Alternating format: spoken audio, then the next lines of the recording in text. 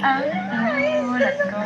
Nakikita ko na na ako. Oh my gosh! Ng iyong mga matang mahal sa mahuli mo.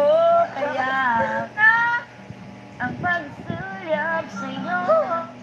Ayaw ko naman na mag-desisyon agad, na i-rush agad. Ang sinasabi parang okay na sa akin yung makita siya. Pero yun kuya, kasi parang yung feelings ko nga, alam kong meron pa rin naman dun sa boyfriend ko. Pero meron na rin naman po kasi kay Aljon. Tapos hindi ko talaga alam, kuya. Tapos hindi talaga ako makapili. Alam kong sa mga sandaling ito, ikaw ay naguguluhan dahil sa ibinubulong ng iyong puso. Kaya naman, sa pagkakataong ito, mas nararapat na bigyang halaga mo ang rason ng iyong isip kaysa sa bugso ng iyong damdamin. Opo, kuya. May taong masasaktan kung magmamadali ka. Kaya, pag-isipan mo ito ng mabuti. Thank you talaga, kuya. Kuhan ko na lang. Kaya sa ngayon, ay makakabuti siguro kung ipahinga mo muna yung nasa yung isip mo. Makakaasa ka na pag-uusapan pa natin ito muli. Thank Ayun lang you, muna. kuya. Sa pagbisita nga ni Aljon sa bahay, mukhang nabuksan muli ang mga nararamdaman ni Karina tungkol sa malapit na kaibigan. Saan nga kaya hahantong ang mas lumalalim na kwento ni Karina at ni Aljon?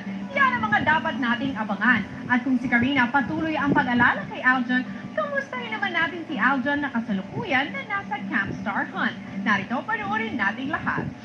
Sa Camp Star Hunt, kinilala ng Star Dreamers ang bago nilang makakasama na si Aljon. Doon sa bahay, wala kayong mga board games? Wala.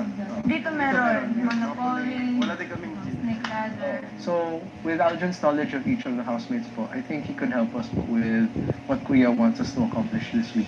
Para mas mapagandaan ng Star Dreamers ang hamon ni Kuya bilang house player, nagkwento rin si Aljon tungkol sa mga dating kasama. Jello yung ate doon. Silly, kilala niyo si Silly, yes. Nakilala ko doon sa Yes, ma'am. katulong namin sa ano. Si Seth.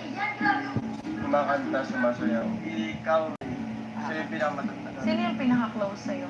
Si Karina. Wow! At sa gitna ng paghahanda para sa Big 8 concert, paano mas lalalim ang samahan ng Star Dreamers? Abangan ang mga exciting na kwento sa Pinoy Big Brother on Go!